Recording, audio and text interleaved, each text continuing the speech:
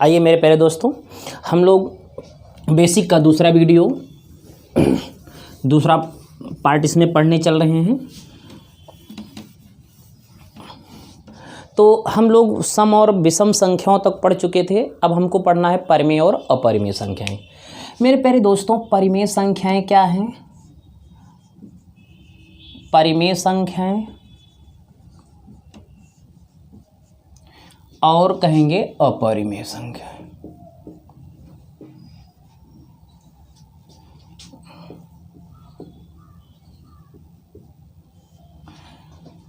कहेंगे rational number और इसको कहेंगे इर्रेशनल नंबर। तो मेरे प्यारे दोस्तों, रेशनल और इर्रेशनल की बात हो रही है। परिमेय किसे कहते हैं और अपरिमेय किसे कहते हैं? जब हम परिमेय और अपरिमेय की चर्चा करेंगे तो इसमें सबसे पहली बात तो एक किताबी भाषा होती है, एक बिना किताबी भाषा। तो आपका किताबी भाषा जो कहती है उसको, लेकिन जो मैं समझाऊंगा उसको समझिएगा तो कभी जीवन भर नहीं भूलेगा। किताबी भाषा क्या है? ये कहता है कि P/Q यदि संख्याएं P/Q मतलब भिन्नात्मक रूप में लिखी जा सके और यहाँ पर Q does not equal to 0, कहता है ये कि संख्याएं P/Q मतलब भिन्नात्मक रूप में संख्याएं लिखी जा सके और Q शून्य नहीं होना चाहिए तो परिमेय संख्याएं होंगी। अब कहेंगे सर Q शून्य क्यों नहीं होना चाहिए? तो अभी मैंने एक कॉन्सेप्ट बताया था, अगर यहाँ कोई संख्या है इसको हम शून्य लिख देंगे, शून्य लिख देंगे तो क्या आएगा? इनफाइनाइट। और इनफाइनाइट कोई अंक नहीं है या एक सिंबल है जो ये बताता है कि इसका अंत नहीं है, तो इसलिए Q शून्य ना हो। ऐसी संख्याएं जो P/Q के रूप में लिखी जा सकें और Q शून्य ना हो, परिमेय संख्याएं कहलाती हैं। अपरिमेय क्या हैं?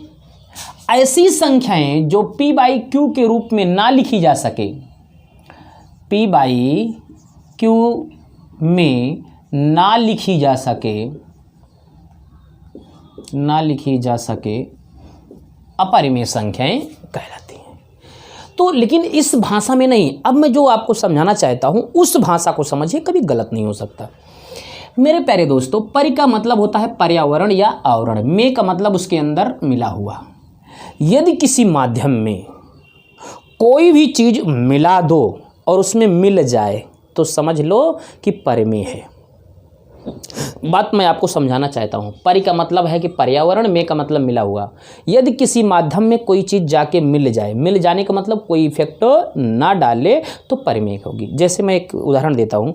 मान लीजिए एक गिलास पानी ले लीजिए और एक गिलास पानी में और थोड़ा सा 2 बूंद नींबू का रस डाल दीजिए, तो क्या पानी के माध्यम को क्या नींबू का रस चेंज कर पाया? तो कहेंगे नहीं सर, जो कलर वो है वही कलर वो है और कोई प्रभाव नहीं दिखाई दे रहा। जब इस प्रकार से कोई प्रभाव नहीं दिखाई दे रहा है तो वो परिमेय है। ये कह सकते हो कि यदि किसी माध्यम में दूसरी कोई वस्तु लाएं और उस माध्यम पर कोई प्रभाव ना पड़े तो परिमेय होगा। अर्थात कोई प्रभाव ना पड़ने मतलब कोई परिवर्तन ना हो, अर्थात नो चेंज।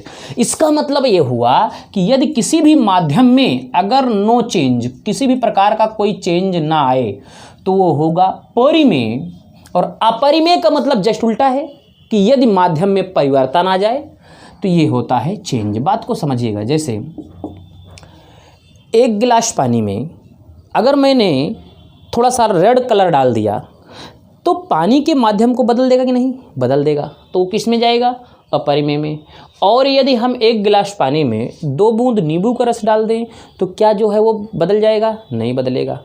तो ऐसी संख्याएं या ऐसी कोई भी वस्तु जो अपने आप को बदलती रहे वो अपरिमेय में जाएंगी और ऐसी संख्याएं या वस्तु जो अपने आप को ना बदले वो परिमेय में जाएंगी। आइए हम लोग थोड़ा सा व्यवहारिक चीज़ें ले लें। जैसे कुर्सी है, बदलेगी? नहीं बदलेगी। ये है मार्कर, बदल के कभी कलम होगी? नहीं बदलेगी। तो क्या होगी? परिमेय। फैन कभी बदल के AC बन जाएगा? नहीं। क्या होगा? परिमेय। तो इस प्रकार से जैसे मान लीजिए मानव का व्यवहार बदलता है कि नहीं? तो मानव का व्यवहार कभी कहीं तो इस प्रकार से जैसे जैसे सिचुएशन होती बदलता है, ये परिमेय में जाएगा। स्वयं मानव परिमेय में जाएगा। मानव, तो इस प्रकार से मानव का अगर व्यवहार, अभी मानव का कलर कहें तो नहीं बदलता है, नहीं बदलेगा तो किस में जाएगा ये, परिमेय में। अब नहीं कहेंगे सर हम क्रीम पाउडर लगा लेंगे तो बदल जाएगा, नहीं, इसमें प्राकृतिक गतिविधि नहीं लाना है। परि का मतलब होता है पर्यावरण, अर्थात नेचुरल चीज़ हो, और नेचुरल अपने आप बदलेगी तो परिमेय में होगा, अपरिमेय में होगा, और नेचुरल नहीं बदलेगी तो परिमेय में होगा। जैसे गिरगिट का कलर बदलता है, अपरिमेय है। अब इन सब चीज़ों का संख्याओं से क्या लेना देना है, आइए हम समझते हैं। जैसे अब मेरे पास सबसे पहली बात जो संख्याएं खोजी गई हैं वो क्या हैं, 1 2 3 4 5 6 7 8 9 0, ये 10 संख्याएं खोजी गई हैं। इन्हीं 10 से के साथ तुलना करते रहना है, यही हमारी प्राकृतिक संख्याएं हैं। इनसे अगर मिलती जुलती रहेंगी तो वो जो है चेंज नहीं मानी जाएंगी, वो परिमेय में जाएगा, और अगर इनसे नहीं मिली जुली तो वो परिमेय में जाएंगी। आइए देखते हैं। तो पहले हम लें 1 2 3 4 5 6 7 डॉट डॉट डॉट डॉट 5/7 9/11 8/3, मान लो कुछ भी लिखो, 8/9 22/7 dot dot dot dot dot. तो ये जैसे ये संख्याएं थी ऐसे सेम टू सेम है।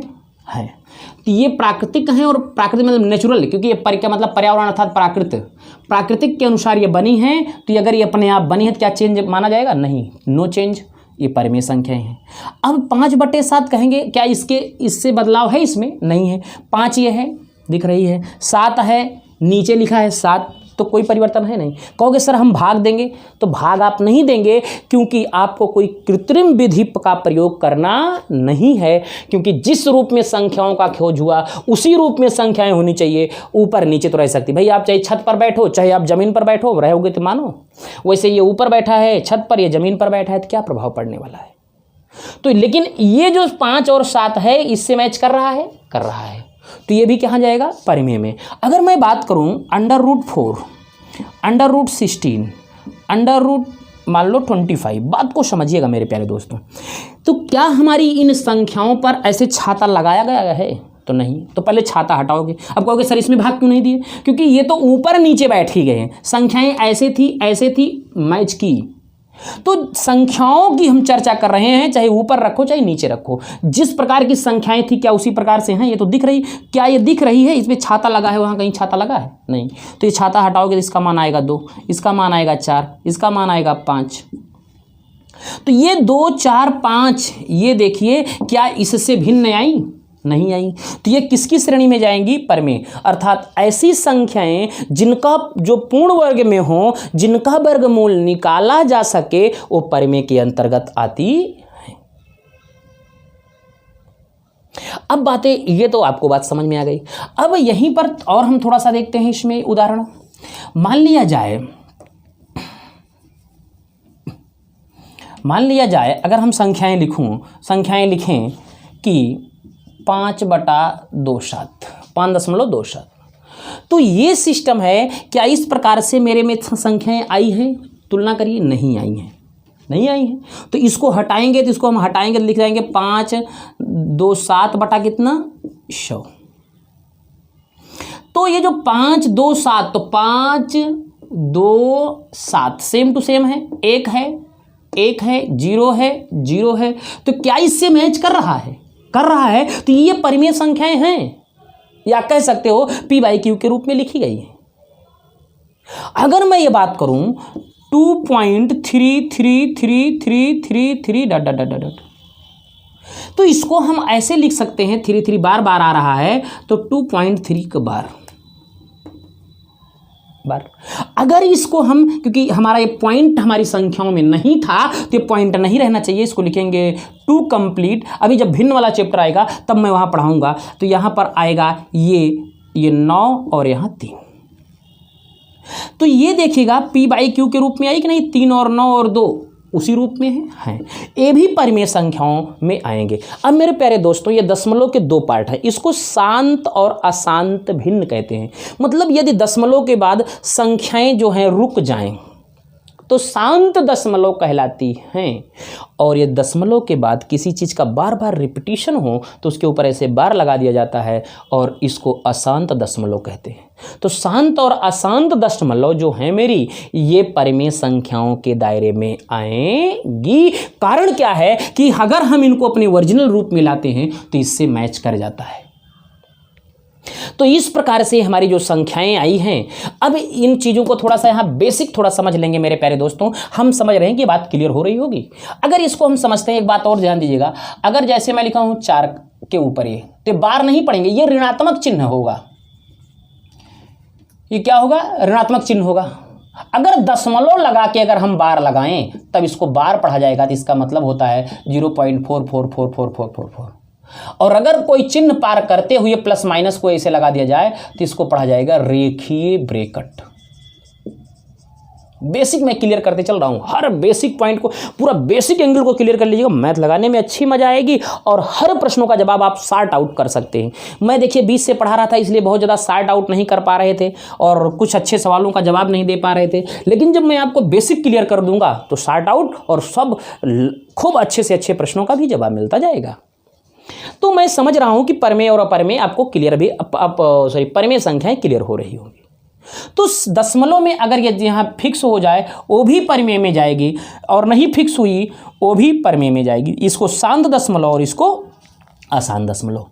आपने कहा अपरिमेय संख्याएं, या किताबी भाषा में ये कह सकते हैं और बिना किताबी भाषा में कह सकते हैं कि जो चेंज होती रहे।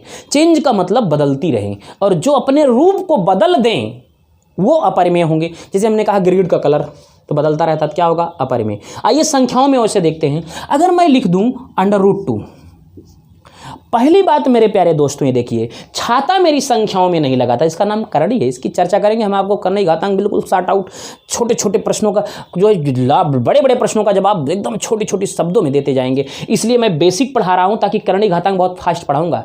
छोटे छोटे जो है थोड़ा थोड़ा देख करके आप काफ़ी बड़े बड़े सवालों को जो है सॉर्ट आउट कर सकते हैं देख करके ही। √2 है तो देखिए इससे मैच कराइए मेरे प्यारे दोस्तों। क्या 2 हमारा ऐसे आया था? नहीं।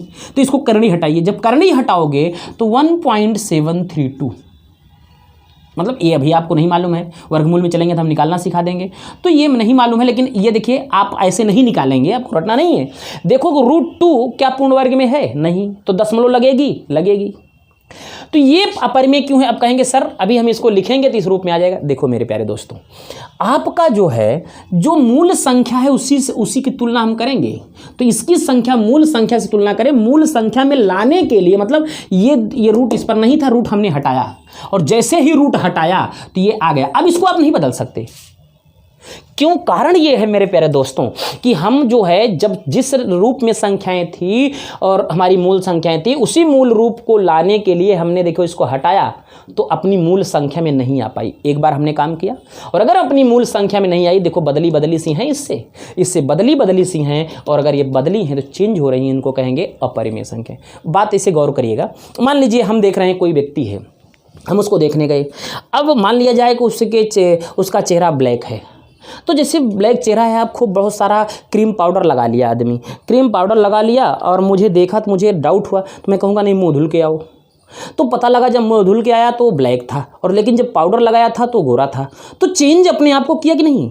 जब कोई भी चीज़ अपने आप को चेंज कर लेती है तो वो अपरिमेय में जाती। देखिए ये रियल में इसका चेहरा देखो खुरदरा था, देखो खुरदरा है ना, दशमलव लगा है, खुरदरा था, एकदम प्लेन चेहरा नहीं था। लेकिन जब वो छाता लगाया था तो उसका चेहरा, अर्थात ये क्रीम पाउडर लगाया था, तो प्लेन दिख रहा था।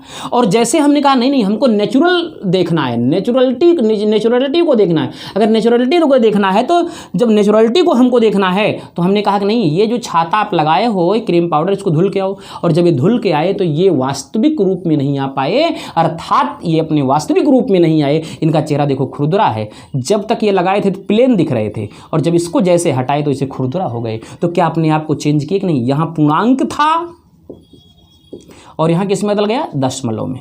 तो चेंज हुआ कि नहीं हुआ? तो चेंज हुआ। इस प्रकार से ऐसी संख्याएं जो करणी के अंदर में हों पर उनका वर्गमूल ना निकले, वो हमेशा अपरिमेय संख्याएं होती हैं। अगर मैं बात करूं √3 तो 1 पॉइंट जो भी आएगा इसका शायद 14 ऐसा कुछ आता है, तो 14 करके आएगा 141, इसका मान आएगा 1.732 आएगा।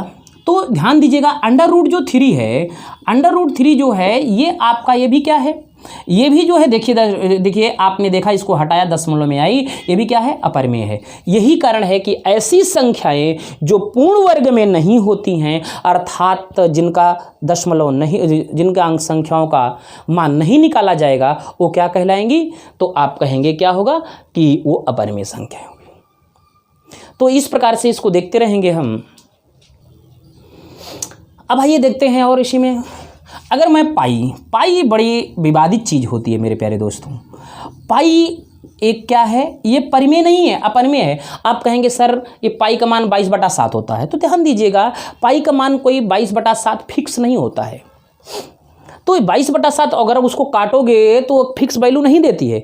अगर हम दूसरी भाषा में समझना चाहें तो पाई भी अपने मान को चेंज करता है। कैसे, कहीं ज़रूरत पड़ती है 3.14 लेते हैं, कहीं ज़रूरत पड़ती है पाई का मान 22/7 लेते हैं, कहीं ज़रूरत पड़ती है पाई का मान 180 अंश लेते हैं, और कहीं ज़रूरत पड़ती है तो ये जो है राउंड वाले फिगरों में ये फार्मूले में यूज होता है।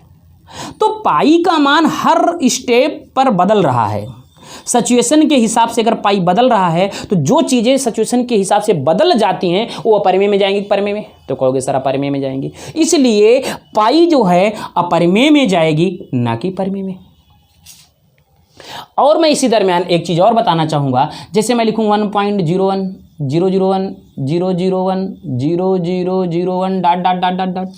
अब ये परिमेय में रख सकते हैं कि परिमेय में, तो देखिए ना मेरे प्यारे भाइयों, ये भी अपने रूप को बदल रहा है। यहाँ 2 अंक है, फिर अगले स्टेप में 3 हो गया, अगले में 4 हो गया, अगले में 5 हो गया, अगले में 6 आएगा, अगले में 7 आएगा। तो इस प्रकार से हर स्टेप पर संख्याओं का मान परिवर्तित कर रहा है, तो ये भी किसके अंतर्गत जाएगा, अपरिमेय में। थोड़ा मेरे प्यारे दोस्तों किताबी भाषा नहीं, ताकि आपको पहचान करने में एग्जाम में आसानी हो जाए। और इसको एक बार 2 बार वीडियो को देखिएगा ढंग से, तो इसको देखिएगा तो बढ़िया से क्लियरिटी आएगी। जो अपने आप को बदल देता हो अपरिमेय, और जो अपने रूप में रह जाए वो परिमेय, और तुलना करना है इन्हीं प्राकृतिक रूप वाली संख्याओं से। तो आई होप, मैं समझता हूँ कि आपको परिमेय और अपरिमेय की बातें क्या हो गई होंगी, क्लियर। अब चाहे हम इसमें धनात्मक ले लें चाहे ऋणात्मक ले लें, सब आपका परिमेय संख्याएं में आ जाएगा। और यहाँ पर भी धनात्मक ऋणात्मक ले सकते हैं, पर करणी के अंदर नहीं। बात तो आपको ये क्लियर हो गई होगी। अगर इसमें ये चीज़ें मेरे प्यारे दोस्तों ये क्लियर हो गई हैं, तो आइए मैं थोड़ी सी और बात करूँ। हमने रेशनल इरेशनल की बातों को जाना।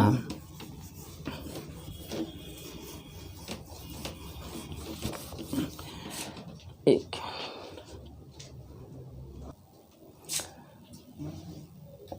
तो हम लोग भाज्य और अभाज्य पढ़े, मैं समझता हूँ कि आपको बातें समझ में आ रही होंगी।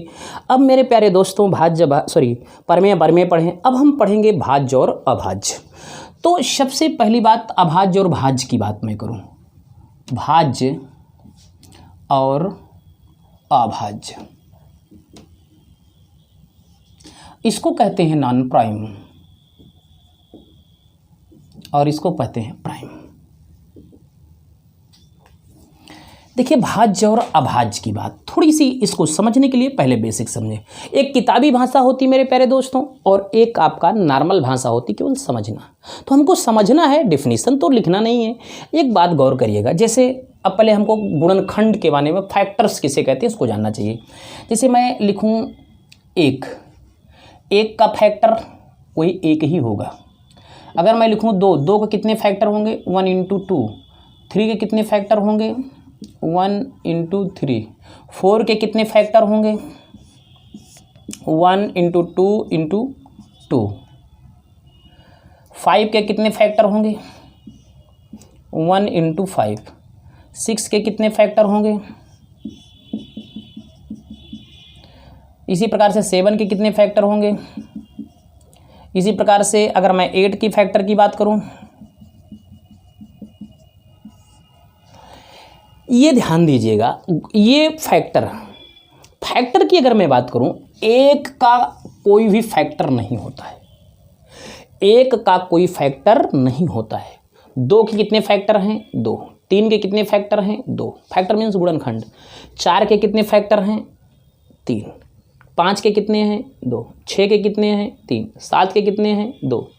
8 के कितने हैं, 1 2 3 4 फैक्टर। अब यहाँ पर मैं आपको एक छोटी सी बात में बढ़िया से समझा देता हूँ। भाज्य संख्याएं क्या होती हैं? ऐसी संख्याएं जिनके पास दो से ज़्यादा फैक्टर हो। ऐसी संख्याएं, संख्या उठाइए, गुणनखंड करिए, और अगर देखिए कि अगर उनके पास दो से ज़्यादा गुणनखंड मिल रहे हैं, अर्थात दो से ज़्यादा फैक्टर्स हैं, तो वह संख्याएं भाज्य संख्याएं कहलाएगी। अगर मैं देखूं एक फैक्टर, दो फैक्टर, दो फैक्टर, तीन फैक्टर, तो पहली भाज्य संख्या कौन होगी? 4। दो फैक्टर नहीं लेंगे, 1 2 3 फैक्टर ले लेंगे, 1 2 3 4 है ले लेंगे। मतलब ऐसी संख्याएं जिनके पास दो से ज़्यादा फैक्टर हों, दो से ज़्यादा गुणनखंड हों, वे भाज्य संख्याएं कहलाती हैं। किताबी भाषा में आप ये समझेंगे, ऐसी संख्याएं जो स्वयं और एक के अलावा किसी और से कटे, स्वयं और एक के अलावा किसी और से कटे तो रटना होगा। अब कहेंगे सर देखिए 1 2 3 4 5 6 है, इसमें स्वयं और एक के अलावा किसी और से कटे तो ये किसी और से नहीं कटेगी, ये स्वयं से कटेगी और एक से कटेगी, मतलब स्वयं अर्थात 2 से कटेगी, 1 से कटेगी, इसके अलावा और किसी से नहीं कटेगी। 3 स्वयं और एक के अलावा किसी और से नहीं कटेगी, ये स्वयं से कटेगी, 4 से, 1 से भी कटेगी, इसके अलावा और किसी से कटे 2 से कटेगी। कटेगी कि नहीं कटेगी? तो पहली भाज्य संख्या ये आई। तो रटने से क्या, अगर आप लिखना चाहें तो भाज्य की किताबी भाषा में डिफिनीशन लिख लें, लेकिन जो मैं समझा रहा हूँ बढ़िया से समझ लेंगे तो रटने की जरूरत नहीं है। लिखना चाहें तो लिख लें, भाज्य संख्याएं लिखेंगे ऐसी संख्याएं जो स्वयं और एक के अलावा किसी और से विभाजित तो हो जाएं, तो वह संख्याएं भाज्य संख्याएं कहलाती हैं। दूसरी भाषा में, मैथमेटिकल भाषा में अगर समझना चाहें तो ऐसी संख्याएं जिनके पास दो से ज़्यादा गुणनखंड हो, दो से ज़्यादा फैक्टर हो, वह संख्याएं भाज्य संख्याएं कहलाती हैं। बस फिर समझिएगा ना, देखिए कोई गुणनखंड नहीं, दो गुणनखंड, दो गुणनखंड, तीन गुणनखंड, दो से ज़्यादा है तो पहली भाज्य संख्या 4, और आपकी किताबी भाषा से भी वही। दूसरी भाज्य संख्या 6, तीसरी भाज्य संख्या 8। इसी प्रकार से अगर हम 9 को लें, इसका गुणनखंड नहीं करो, 1 × 3 × 3 कितनी है? तो यहाँ देखेंगे 3 गुणनखंड है, ए भी भाज्य में जाएगा। भैया ये विषम है पर भाज्य तो है ही ना, स्वयं और एक के अलावा किसी दूसरे से कट रही है। कहने का मेरा मतलब है, स्पष्ट शब्द में यही करो, कोई भी संख्या अगर 2 गुणनखंड रखे तो वो भाज्य में है। कितना गुणनखंड? 2 गुणनखंड रखे वो अभाज्य में है, और 2 से ज़्यादा गुणनखंड रखे तो भाज्य में है। तो आपका भाज्य, अब आपको बातें समझ में आ गई। आते हैं हम अभाज्य की बात। ऐसी संख्याएं जिनके पास 2 गुणनखंड हो, 2 से कम नहीं, 2 से ज़्यादा नहीं, तो भैया एक क्या 2 गुणनखंड रखता है? नहीं रखता, इसलिए एक ना तो भाज्य में है और ना ही अभाज्य में है। अगर मैं 2 की बात करूं, इसके पास 2 गुणनखंड है, 2 अभाज्य है। 3 के पास है, 2 ही है, अभाज्य है। ये नहीं है, इसके पास 2 है, अभाज्य है। फिर इसके पास 2 है, अभाज्य है। फिर 8 9 नहीं है, 10 नहीं है, 11 अभाज्य है। फिर 13 अभाज्य है। डट। तो एक ना तो भाज्य है और ना ही अभाज्य है, आप नोट कर लेंगे। एक ना तो भाज्य है और ना ही अभाज्य है। तो अभाज्य संख्याओं को किताबी भाषा में अगर डिफिनीशन लिखना चाहेंगे तो ये कह सकते हैं, ऐसी संख्याएं जो स्वयं और एक के अलावा किसी दूसरी से नहीं कटती हैं। और यदि मैथमेटिकल भाषा लिखना चाहें तो स्पष्ट लिख दें, ऐसी संख्याएं जिनके पास 2 गुणनखंड होते हैं वो अभाज्य कहलाती हैं। तो मैं ये समझता हूं कि भाज्य और अभाज्य समझ गए होंगे, और एक ना तो भाज्य और ना ही अभाज्य, क्योंकि इनके पास कोई गुणनखंड नहीं होता है। एक होता है गुणनखंड, एक होता है अभाज्य गुणनखंड। जब किसी भी संख्या को, अब तो ये बात क्लियर हो गई होगी, अब थोड़ा सा बेसिक ऐसे फिर समझते हैं। अगर मैं कहूं, देखिए एक होती है गुणनखंड, एक होता है अभाज्य गुणनखंड। अगर मैं कहूं 8 में गुणनखंडों की संख्या कितनी है, तो 1 × 2 × 2 × 2। 8 में 2 दूना 4 दूना 8, 1 2 3 4। अगर मैं कहूं कि 8 में कुल गुणनखंडों की संख्या कितनी है, तो कहोगे सर में भैया 4 है। अगर मैं यही भाषा बदल के कहूं कि 8 में अभाज्य गुणनखंडों की संख्या कितनी है, तो आप कहेंगे सर एक ना तो भाज्य ना ही अभाज्य, इसका मतलब है 3। बात समझिएगा।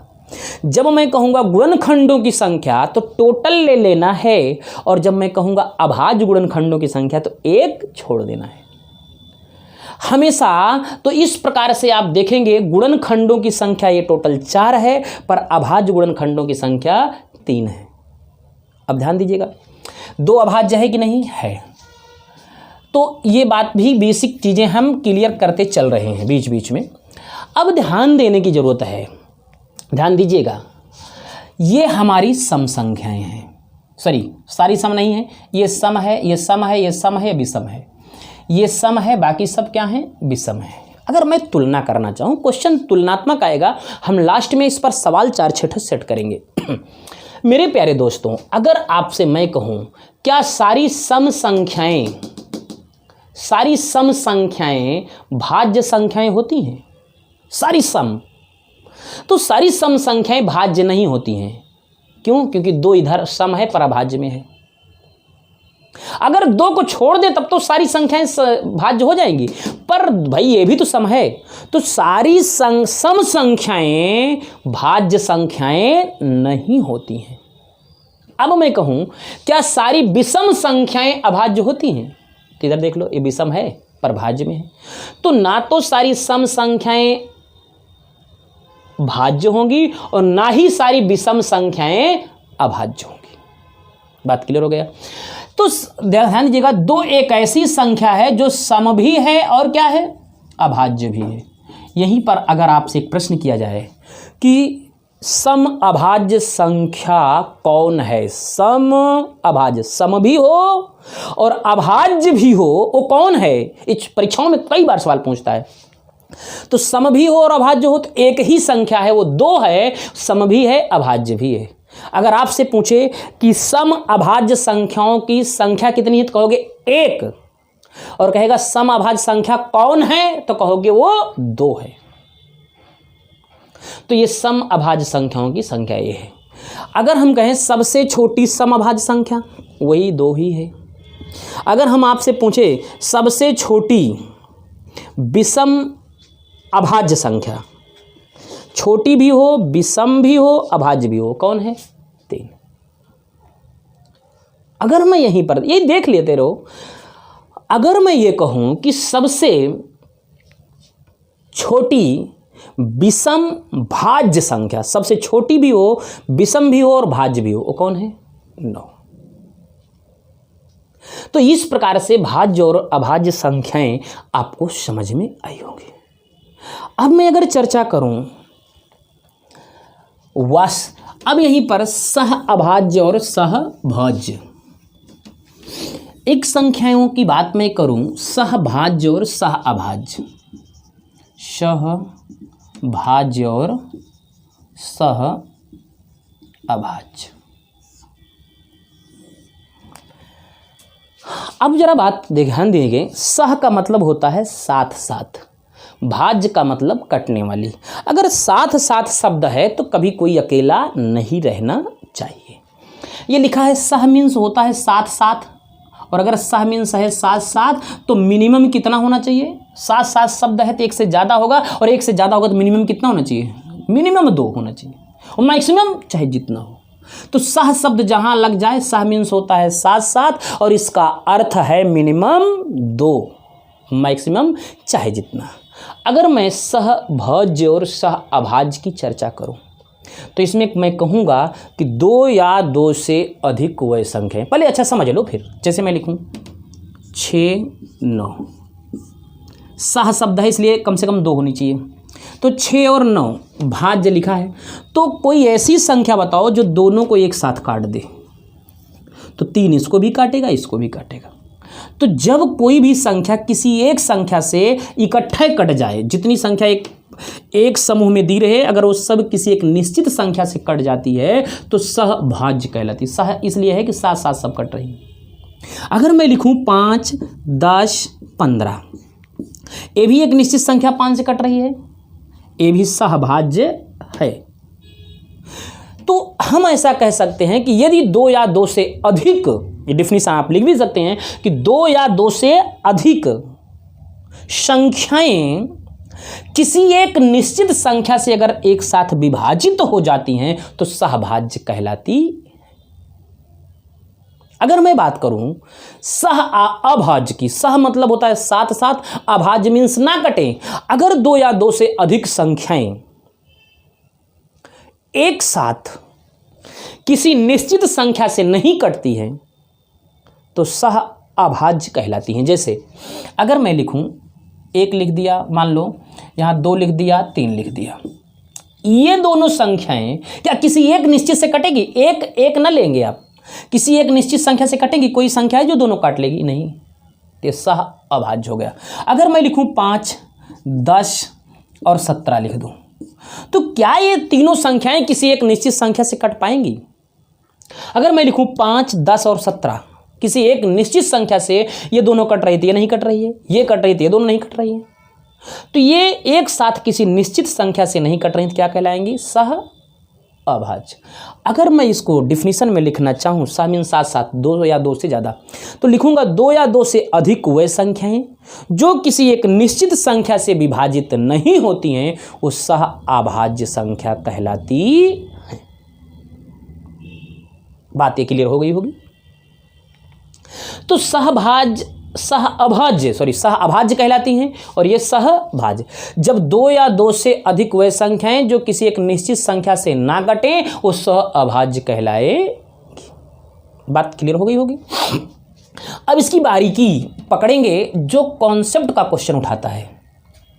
तो मेरे प्यारे दोस्तों, अगर ये 6 और 9 है, ये 6 और 9 है, तो अगर इसका हम गुणनखंड करें, एक अच्छी चीज़ समझना है, 1 गुणे 2 गुणे 3, इसकी अगर हम गुणनखंड करें 1 गुणे 3 गुणे 3। अब जरा ध्यान दीजिएगा, इसका मासा अगर हम निकालें तो देखिए मासा का मतलब जो कॉमन होता वही होता है। 1 कॉमन है ले लो, और यहाँ पर क्या कॉमन है? 3 कॉमन ले लो, तो कितना है मासा? 3। अगर यहाँ कॉमन का मासा लेंगे तो यहाँ पर कॉमन क्या आएगा? 5 आएगा। तो हम देख रहे हैं, एक निष्कर्ष निकाल रहे हैं कि यदि, ये नोट आप करने की ज़रूरत है, नोट में आप करेंगे, इस पर क्वेश्चन अप्लीकेबल में आता है। यदि दी गई संख्याओं का मासा, देखो मासा यहाँ 5 आया, यहाँ 3 आया, यदि दी गई संख्याओं का मासा 1 से अधिक आ जाए, मतलब 1 से बड़ा आए, 2, 3, 4, 5 कुछ भी आए, यदि यदि दी गई संख्याओं का मासा 1 से बड़ा आ जाए तो वह संख्याएं आपस में हमेशा सहभाज्य होंगी। मासा और इससे अगर कोरिलेट करके सवाल बनाया है और बनाए, यदि अब भाई आप देखो ना, ये भाज्य हैं, सहभाज्य हैं, इनका मासा देखो 1 से बड़ा है, सहभाज्य हैं, मासा सह देखो भाज्य हैं, इनका मासा 1 से बड़ा है। तो जब देखेंगे कि जब दी गई संख्याओं का मासा 1 से बड़ा आ जाए तो वह संख्याएं हमेशा क्या होंगी मेरे प्यारे दोस्तों?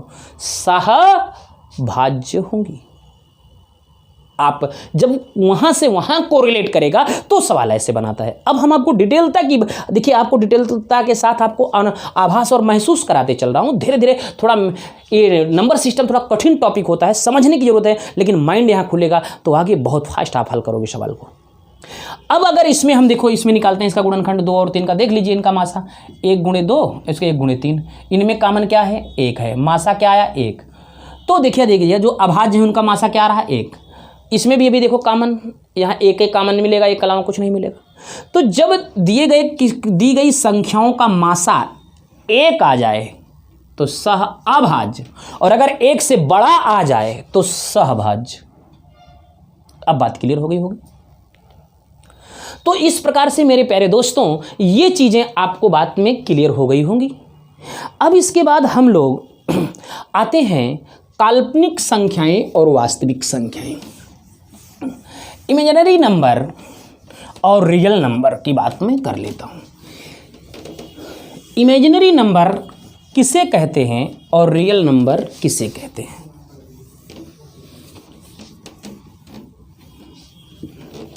खूब बढ़िया से इसको आप रिवीजन कर लीजिएगा और खूब ढंग से इन संख्याओं को 4-6 बार पढ़िएगा, क्योंकि जब इसका अच्छा सवाल अब लिख के मैं आपको 6-7-8 सवाल इस पर लिख दूंगा, उसको आपको हल करना होगा। मैं हल कराऊंगा उसको, लेकिन आपको उत्तर उसमें बताना होगा, आप क्या आंसर देंगे। आइए सबसे पहले मैं इसकी चर्चा करता हूँ, देख लेता हूँ रियल नंबर और इमेजिनरी नंबर। इमेजिनरी का मतलब होता है काल्पनिक संख्याएं। काल्पनिक संख्याएं पढ़ लीजिए, बाकी सब वास्तविक संख्याएं होगी। ऐसी संख्याएं काल्पनिक क्या होंगी? ऐसी संख्याएं जो करणी के अंदर करणी के अंदर माइनस में कोई भी संख्या हो, वो हमेशा काल्पनिक होती हैं। और अगर करणी के अंदर माइनस की संख्याएं ना हो, इसके अलावा जितना भी मैथमेटिक्स में यूज करोगे सब क्या होंगी? वास्तविक संख्याएं। बस आपको यही पहचानना है, करणी के अंदर अगर माइनस है तो काल्पनिक लिख दो, अगर ऐसा नहीं है और कोई भी रूप है तो वास्तविक लिख देना। अच्छा, मैं थोड़ी सी परिकल्पना करता हूं ऐसा क्यों कहा गया, ध्यान दीजिएगा थोड़ा हम लोग समझने के लिए, ताकि भूले ना। अगर मैं लिखूं -√2 तो इसको लिख सकता हूं अंडर रूट माइनस और इंटू मल्टीप्लाइड बाई 2, कोई दिक्कत नहीं है। अंडर रूट देखो, काल्पनिक शब्द किसे कहते हैं? काल्पनिक क्या चीज होती है? काल्पनिक मतलब केवल हमारी सोच है, मतलब कोई घटना मैं सोचूं ऊपर वह घटित ना हो वास्तविक रूप से। जैसे मैं कहूं कि काश मैं राष्ट्रपति होता। अब जब हम सोचते कि अगर राष्ट्रपति होता तो ऐसा करता, तो हम एक कल्पना कर रहे हैं, पर वास्तव में तो रियल में है नहीं। कभी आप सपना देखे हैं कि नहीं? सोते वक्त आपने, आइए देखते हैं, सपना देखे होंगे। सपने में आप देख रहे होंगे कि सपने में कभी कभी कोई दौड़ाता होगा, आप भागते होंगे, और भागते होंगे तो भाग नहीं पा रहे होंगे। मन में बड़ी बेचैनी होती है। जब मन में बड़ी बेचैनी होती, भागने का प्रयास तो करते पर भाग नहीं पाते हैं। मन में बड़ी बेचैनी होती है, वही समझ लो कल्पना है, पर वो वास्तव में आपके साथ वो घटना घटती नहीं है। कभी भी घटना वो आपके साथ नहीं घटती है, वो केवल आपको महसूस होता है। तो कोई भी ऐसी चीजें महसूस हो और हमारा कॉन्फिडेंस भी हो, लेकिन वो जो है हमारे साथ घटना ना घटे, वही काल्पनिक है। केवल अर्थात मैं केवल सोच सकता हूं पर घटना ना घटे, वो काल्पनिक है। तो अब देखिएगा, अगर मैं कहूं कि माइनस चिन्ह का वर्गमूल निकालो, तो माइनस चिन्ह का वर्गमूल अभी तक तो निकाला नहीं जा सका है। अगर ये कह रहे हैं कि देखिए इसको तोड़ेंगे तो कह रहे हैं माइनस चिन्ह का वर्गमूल निकालो, तो माइनस चिन्ह का वर्गमूल अभी तक तो निकला ही नहीं, तो हम निकालेंगे कैसे? केवल सोच ही सकते हूं कि हाँ ऐसा हो सकता है, बस हम इसको सोच रहे हैं। और सोचने को इंग्लिश में कहते हैं इमेजिनरी, और इमेजिनरी को पहले शब्द आई से प्रदर्शित करते हैं। तो ये केवल हमारी सोच है, पर ऐसी घटना नहीं घटेगी। अगर ये इमेजिनरी है तो ये √i इंटू √2 लिख सकते हैं, क्योंकि ये पहले शब्द से हम इसको दर्शा देते हैं। तो कहने का मतलब है, करणी के अंदर अगर संख्याएं माइनस में हैं तो काल्पनिक होती हैं, इसके अलावा जितनी भी वो क्या हैं, वास्तविक होती हैं। तो मेरे प्यारे दोस्तों, आइए हम लोग थोड़ा सा फाइंड ऑफ यूनिट डिजिट की मैं बात करता हूं, थोड़ी सी बेसिक चीज़ें, फिर जितनी संख्याएं पढ़ाई हैं इस पर अच्छे सवालों को हल करेंगे। लेकिन वीडियो लंबी हो रही है, तो आइए कुछ सवाल यूनिट डिजिट का फर्स्ट पार्ट इसमें कर देते हैं, और सेकेंड और थर्ड पार्ट फिर अगले वीडियो में कर देंगे। तो आइए फाइंड ऑफ यूनिट डिजिट, इकाई का अंक ज्ञात करना। तो इकाई का अंक ज्ञात करना, आज मैं केवल आपको बेसिक क्वेश्चंस जो नॉर्मल होते हैं, जो एग्जामों में आते हैं, वो कराएंगे। फिर आगे और अच्छे से अच्छे क्वेश्चन को सीरियल सेट करेंगे, इसको पढ़ाएंगे। फिर संख्याएं जो पढ़ाए हैं, इन पर जब संख्याएं बढ़िया से तैयार कर लेंगे आप 2 दिन में, तब हम उस पर क्वेश्चन हल करेंगे। फिर हम जो है उसके बाद तब यूनिट डिजिट को पहले करेंगे, फिर उसके बाद बेसिक पूरा प्रोफार्मा हल करेंगे, जो बड़े बड़े क्वेश्चन होते हैं कैलकुलेशन सोल्यूशन वाले, फिर भाग वाले, फिर जानवर वाले। इसी प्रकार से हम हर टाइप के सवाल इस पर करते रहेंगे। तो इकाई का अंक ज्ञात करने के लिए सबसे पहली बातों को समझिएगा। ये अगर x की पावर y लिखा जाए तो इसको मैं कहूँगा आधार, और इसको मैं कहूँगा घातांक। ये क्या है भैया? आधार है। ये क्या है? घातांक। पहले बेसिक चीज़ को समझिएगा। अगर मैं लिखूँ 5 की पावर 3, तो इसका क्या मतलब होगा? तो भैया जो आधार में जो संख्या होती है उसका उतनी बार गुणा करते हैं जितनी बार उसके घात में लिखा गया होता है। मतलब आधार में 5 है तो 5 का कितनी बार गुणा करोगे? 3 बार, मतलब 1 बार, 2 बार, 3 बार। अगर लिखा जाए 4 की पावर 2, तो इसका मतलब है 4 1 बार, 4 कितनी बार? 2 बार। अगर इसका लिखा जाए 7 की पावर 4, तो इसको 7 का कितनी बार, 1 2 3 4। आई होप कि आप समझ गए होंगे। अगर आपको इस बात को समझ गए हैं तो मैं आपको थोड़ा सा समझाना चाहूँगा और बेसिक चीज़ें समझाऊंगा। इसमें 3 पार्ट होगा यूनिट डिजिट में, 3 से 4 पार्ट, तो उसकी चर्चा हम करते रहेंगे। आइए अब इतनी बातें आपको समझ में आ गई होंगी। अब देखिएगा, जैसे इस टाइप के सवाल का आपको इकाई का अंक याद करना, जैसे 39468 कुछ भी लिखा जाए, 925 में इकाई का अंक, पहले समझिएगा इकाई का अंक। तो भैया कभी भी जब इस प्रकार की घातों का इकाई का अंक निकालना आपको पड़े, कोई चीज़ रटना नहीं, पहले समझिएगा। तो सबसे पहली बात को, इसके जो घातांक है इन्हीं को उठा करके 4 से भाग दीजिएगा। हर वक्त कुछ भी हो यहाँ से कोई मतलब नहीं, 4 से ही भाग देंगे। 4 तियाँ 12 और 4 इकन्नम 4। तो ध्यान दीजिए, 4 तियाँ 12 गया, फिर बचा 5 और 4 इकन्नम 4, शेष कितना बचा 1। तो 4 से इसको घात को भाग दे देंगे आप, और जो शेष आएगा, भाग फल से कोई मतलब नहीं, भाग फल से कोई मतलब नहीं, केवल शेष से मतलब शेष आया कितना 1। हमेशा ये 4 से भाग दीजिएगा और इस घात को, और जो शेष आएगा उसी शेष को इधर जो इकाई का अंक है इसी के ऊपर लिख करके हल कर देंगे। 8 का 1 बार गुणा 8, इसका मतलब इकाई का अंक कितना हुआ 8। चाहिए जो अब कहेंगे, और देखिएगा ध्यान दीजिएगा, 39253 1254316 अब मेरे प्यारे दोस्तों समझिएगा, इसको 4 से आप भाग दीजिए। अब कहेंगे सर इतना बड़ा आ गया तो हम भाग देने में हमारा टाइम वेस्ट होगा, तो और इसको साइड कर सकते हैं। भाग कभी भी पूरे अंकों में न दिया करो, जब लंबा हो जाए अंतिम 2 अंक में दिया करो। जैसे यहाँ से अंतिम 2 अंक लेंगे कितना 67 को कितने भाग देंगे 4 से।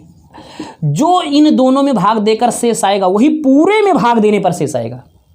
तो चलो इसमें भाग दीजिए, 4 इकन्नम 4, बचा कितना 2, और अगर 4 इकन्नम 4 और बचा 2 तो 4 छंगे 24, बचा कितना 3। तो शेष हमको लेना है, मात्र शेष, भागफल से नहीं, मतलब शेष कितना आया 3। और जो ये 3 आया इस आधार के इकाई के खोपड़ी पर चढ़ा दिया करिए। 3 का 3, 1 2 3, 3 त्रिक का 9 त्रिक 27, 27 इकाई लेना है, तो इकाई की मीन्स पीछे वाला, 27 के 7 इकाई का अंक। अगर आपको समझने में थोड़ा दिक्कत होगी भैया, तो इकाई किसे कहते हैं, जैसे ये मान लो इसे कोई अंक है, ये इकाई है, ये दहाई है, ये सैकड़ा है, हज़ार है, 10,000 है, डाट डाट डाट डाट। तो हमको लास्ट का इकाई 3 त्रिक 9 त्रिक 27 में पीछे क्या आया इकाई 7 आया। तो हर वक्त अब पूरे में भाग ना दिया करो, इसमें अंतिम 2 अंक में भाग दो, जो शेष आए वही खोपड़ी पर चढ़ा दिया करो, ये आपका शेष आता रहेगा। अब आपके मन में एक प्रश्न होगा सर कि अगर शेष ही ना आए तो क्या रखेंगे। अब ध्यान दीजिएगा,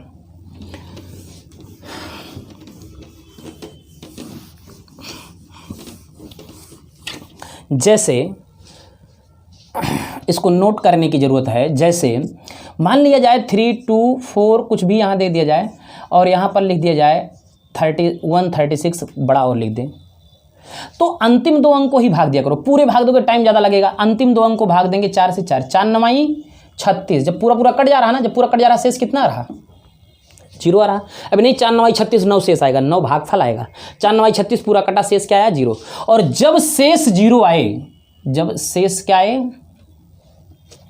0 आए, तो इसके खोपड़ी पर हमेशा 4 रखेंगे।